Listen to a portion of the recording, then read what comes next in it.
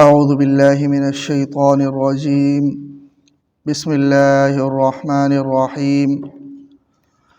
يا أيها الذين آمنوا كتب عليكم الصيام كما كتب على الذين من قبلكم لعلكم تتقون. یا ایہا الذین آمنوا، اے ایمان والو، کتب علیکم الصیام، تم پر روزے فرض کیے گئے ہیں، کما کتب علی الذین من قبلکم، جیسا کہ تم سے پہلے لوگوں پر روزے فرض کیے گئے تھے، لعلکم تتقون، تاکہ تم پرہیزگار ہو جاؤ۔ ایاما معدودات، گنتی کے چند دن روزے رکھنے ہیں۔ اس حالت میں بھی پھر بھی فمن کان منکم مریضا، تم میں سے جو کوئی بیمار ہو، او علی سفر، یا مسافر ہو، فعدۃ من ایام اخری، تو دوسرے دنوں کی گنتی پوری کرنی ہے۔ تو روزے فرض ہیں، اور ابتدا میں بہرحال جیسا کہ عرض کیا گیا تھا کہ بعض مفسرین کا یہ کہنا ہے کہ ابتداءً ایام 20 کے روزے فرض کیے گئے تھے، اور دوسرا مفسرین کی دوسری جماعت کا کہنا ہے کہ ابتداءً ہی رمضان کے روزے فرض کیے گئے تھے، لیکن اختیار تھا اس میں، چاہے تو رکھیں اور چاہے تو فدیہ ادا کریں۔ اور نیز اگر کوئی مریض ہو کہ روزہ نہیں رکھ سکتا، یا روزہ رکھنے کی وجہ سے اس کے مرض کا بڑھنے کا اندیشہ ہے، یا وہ مسافر ہو، اور اس زمانے میں آپ صلی اللہ علیہ وسلم کے زمانے میں تو سفر جہاد کے لیے بھی ہوا کرتا تھا، تو اس میں زیادہ ضرورت تھی اس بات کی کہ روزہ نہ رکھا جائے۔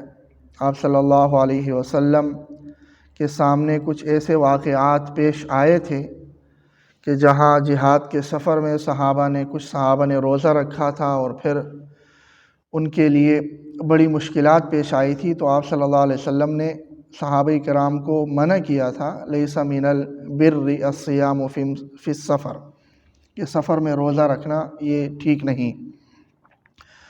تو سفر کی حالت میں روزہ معاف ہے، چاہے اس میں مشقت ہو یا نہ ہو۔ پہلے زمانے میں تو سفر مشقت ہی کا نام تھا، موجودہ دور میں اگرچہ سفری سہولیات دستیاب ہونے کی وجہ سے اتنا زیادہ مشقت نہیں ہوتی، لیکن پھر بھی یہ رخصت برقرار ہے۔ لیکن اگر کوئی روزہ رکھ لیتا ہے سفر میں تو اس کی ممانعت بھی نہیں ہے۔ سفر میں صرف آسانی کی وجہ سے شریعت نے اور اللہ تبارک و تعالی نے اجازت دی ہے آسانی کے لیے کہ روزہ نہ رکھیں، لیکن اگر کوئی مشقت محسوس نہیں کرتا اور روزہ رکھ لیتا ہے تو ٹھیک ہے، اگر نہ رکھنا چاہیں تب بھی اس کے لیے اجازت ہے، لیکن بعد میں اس کی قضا بھی کرنی۔ اور سفر کی شرعی سفر کی جو مقدار ہے، وہ اس زمانے میں جو میل کا حساب ہوتا تھا تو اس حساب سے 48 میل ہے، اور کلومیٹر کے حساب سے یہ تقریباً 78 کلومیٹر بنتے ہیں، 78 کلومیٹر۔ جو سفر کا ارادہ کر لے اتنے کلومیٹر کا، اور اپنے شہر کی آبادی سے باہر نکلے، تو اس کے بعد سے وہ مسافر شمار ہوتا ہے، وہ نماز کے لیے بھی وہ قصر کرے گا، اور اگر روزہ نہ رکھنا چاہیں تو نماز میں قصر کا یہ ہے کہ وہ اگر پوری پڑھیں تو نماز نہیں ہوگی، بلکہ قصر ہی لازم ہے۔ روزے میں پھر اجازت ہے، چاہے تو رکھ لے چاہے تو نہ رکھ لے۔ نماز میں اس لیے کہ پہلے نماز 2 رکعت ہی تھی، پھر یہ ہوا کہ جو آدمی سفر میں نہ ہو حضر میں ہو اس کے لیے 2 سے 4 ہو گئی، تو سفر میں وہی حکم برقرار ہے 2 کا ہی جو پہلے تھا، مطلب اصل حکم 2 کا تھا، پھر جو سفر میں نہ ہو اس کے لیے 4 ہو گئی، اور جو سفر ہے اس میں اصل حکم ہی برقرار ہے۔ تو بہرحال سفر کی حالت میں ہو تو فعیدۃ من ایام اخرى، دوسرے دنوں میں گنتی پوری کر لیں، سفر میں جو روزے رہ گئے دوسرے دنوں میں ان کی قضا کر لیں اور مکمل کر لیں۔ وعلی الذین یطیقونہ، اور ان لوگوں پر جو روزہ رکھنے کی طاقت رکھتے ہو، فدیہ ادا کرنا ہے، طعام مسکین، اور وہ ایک مسکین کا کھانا ہے۔ جو روزہ رکھنے کی طاقت رکھتے ہو وہ فدیہ ادا کر لیں، یہ وہ ابتدائی حکم ہے۔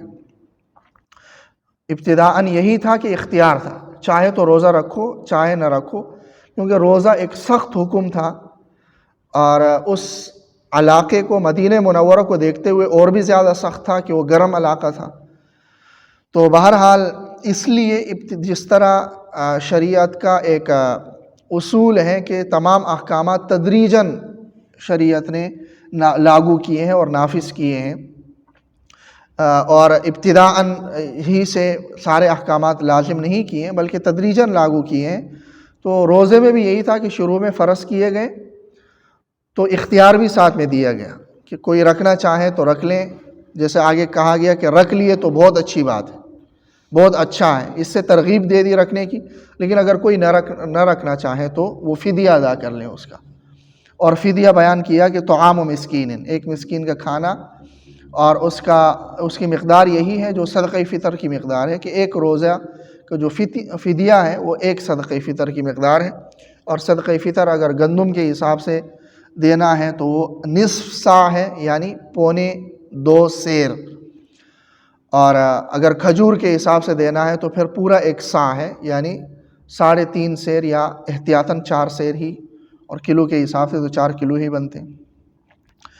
تو بہرحال 2 کلو گندم کے حساب سے اور 4 کلو کھجور کے حساب سے وہ ایک روزے کا فدیہ ہے۔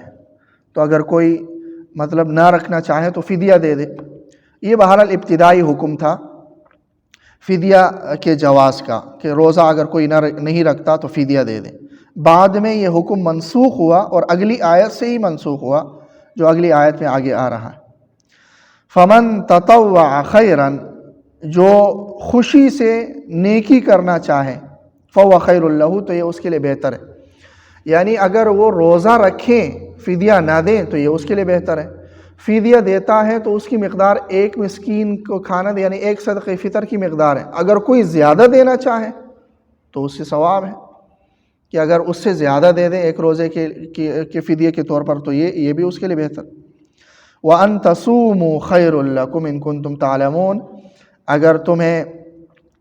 اگر تم کچھ عقل رکھتے ہو اور اگر تم کچھ جانتے ہو تو روزہ رکھنا تمہارے لیے بہتر ہے۔ وَأَن تَصُومُوا، اور یہ کہ تم روزہ رکھو، خَيْرٌ لَكُمْ، یہ تمہارے لیے بہتر ہے، إِن كُنتُمْ تَعْلَمُونَ، اگر تم جانتے ہو کہ روزہ اللہ کا ایک حکم ہے، اور اس روزے کی بنیاد پر انسان کو تقوی حاصل ہوتی ہے، اور تقوی ایک اعلیٰ وصف ہے۔ تو اس اعتبار سے دیکھا جائے تو روزہ رکھنا یہ بھلائی ہی بھلائی ہے اور بہتر ہی بہتر ہے، لیکن پھر بھی اگر تم نہیں رکھ سکتے تو فدیہ ادا کر لو۔ اور یہ فدیہ کا اختیار یہ ابتدائی تھا۔ اوپر جو ذکر کیا گیا کہ ایام معدودات، گنتی کے چند دن روزہ رکھنے ہیں، وہ گنتی کے دن یہاں پر بیان کیے گئے ہیں کہ وہ گنتی کے دن کون سے ہیں۔ شہر رمضان، رمضان کا مہینہ ہے، الذی انزل فیہ القرآن، اور اس کی فضیلت بیان کی، الذی، وہ مہینہ، وہ رمضان، انزل فیہ القرآن، جس میں قرآن نازل کیا گیا، ھدی للناس، لوگوں کے لیے سراپا ہدایت ہے یہ قرآن، وبینات من الہدی، اور ہدایت کے واضح احکامات ہیں اس میں، والفرقان، اور حق اور باطل کے درمیان میں تمیز کرنے والی ہے، حق اور باطل کے درمیان میں فرق کرنے والی ہے والا ہے یہ قرآن۔ تو رمضان المبارک کا مہینہ یہ ہے وہ چند گنتی کے ایام جس میں تم نے روزے رکھنے ہیں۔ پھر رمضان المبارک کی فضیلت ذکر کی کہ اس میں قرآن کریم نازل کیا گیا. تمام آسمانی کتابیں اور صحائف یہ رمضان المبارک میں نازل کیے گئے ہیں. جیسے مسند احمد میں حضرت واصلہ بن اسقع رضی اللہ تعالیٰ عنہ کی حدیث ہے کہ نبی اکرم صلی اللہ علیہ وسلم نے ارشاد فرمایا کہ ابراہیم علیہ السلام کے صحیفے رمضان المبارک کی پہلی تاریخ کو اور تورات چھٹی رمضان کو، یعنی رمضان المبارک کے چھٹی رات کو یا چھٹے دن کو، 6 رمضان المبارک کو تورات اور 13 رمضان المبارک کو انجیل اور 24 رمضان المبارک کو قرآن نازل کیا گیا. اس روایت کے اندر یہ ہیں. اور حضرت جابر رضی اللہ تعالیٰ عنہ کی روایت میں پھر یہ ہے کہ 12 رمضان المبارک کو زبور نازل کی گئی ہیں اور 18 رمضان المبارک کو انجیل. تو بہرحال قرآن تو ہمیں یہی بتاتا ہے کہ قرآن جو نازل ہوا ہے وہ تو لیلۃ القدر میں نازل ہوا ہے. انا انزلناہ فی لیلۃ القدر، لیلۃ القدر میں نازل ہوا. اور لیلۃ القدر رمضان میں ہے، یہ بات بھی یقینی ہے، کیونکہ قرآن یہ آیت بتا رہی ہے کہ شہر رمضان الذی انزل فیہ القرآن، کہ رمضان المبارک کے مہینے میں قرآن نازل ہوا. تو مہینہ رمضان کا ہے، رات لیلۃ القدر کی. تو لیلۃ القدر رمضان میں ہے، یہ بات بھی یقینی ہے، کیونکہ قرآن رمضان میں نازل ہوا، یہ بھی قرآن کہہ رہا ہے، اور لیلۃ القدر میں نازل ہوا، یہ بھی قرآن کہہ رہا ہے. تو لیلۃ القدر رمضان المبارک کی کون سی شب ہے یہ پھر یقینی طور پر معلوم نہیں ہے. تو اس حوالے سے پھر روایات مختلف ہیں.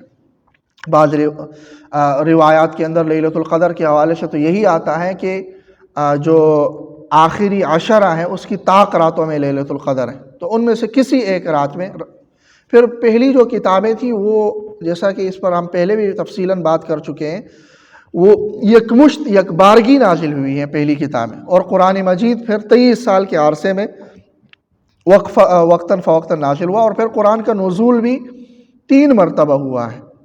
ایک لوح محفوظ پر، دوسرا بیت المعمور پر، اور لوح محفوظ پر پورا کا پورا، بیت المعمور پر بھی پورا کا پورا نازل ہوا ہے. اور نبی بیت المعمور سے پھر نبی اکرم صلی اللہ علیہ وسلم پر 23 سال کے عرصے میں وقتاً فوقتاً نازل ہوا ہے. تو لوح محفوظ پر جو نزول ہوا ہے پورا کا پورا وہ بھی رمضان المبارک میں، بیت المعمور پر پورا کا پورا نازل ہوا رمضان المبارک میں. نبی اکرم صلی اللہ علیہ وسلم پر جو نزول کا آغاز ہوا وہ بھی رمضان المبارک میں ہوا. تو گنتی کے وہ ایام رمضان المبارک کے ہیں. اور پھر رمضان المبارک کی فضیلت کہ جس میں قرآن نازل کی گئی، پھر قرآن نازل کیا گیا. قرآن کی فضیلت کہ یہ سراپا ہدایت ہے، رہنمائی ہے لوگوں کے لیے، لوگوں کو، بندوں کو رب سے جوڑنے والی ہے. اور اس میں واضح احکامات ہدایت کے، اور یہ حق اور باطل کے درمیان میں فرق کرنے والی. آگے پھر مزید احکامات. اللہ تعالیٰ عمل کی توفیق نصیب.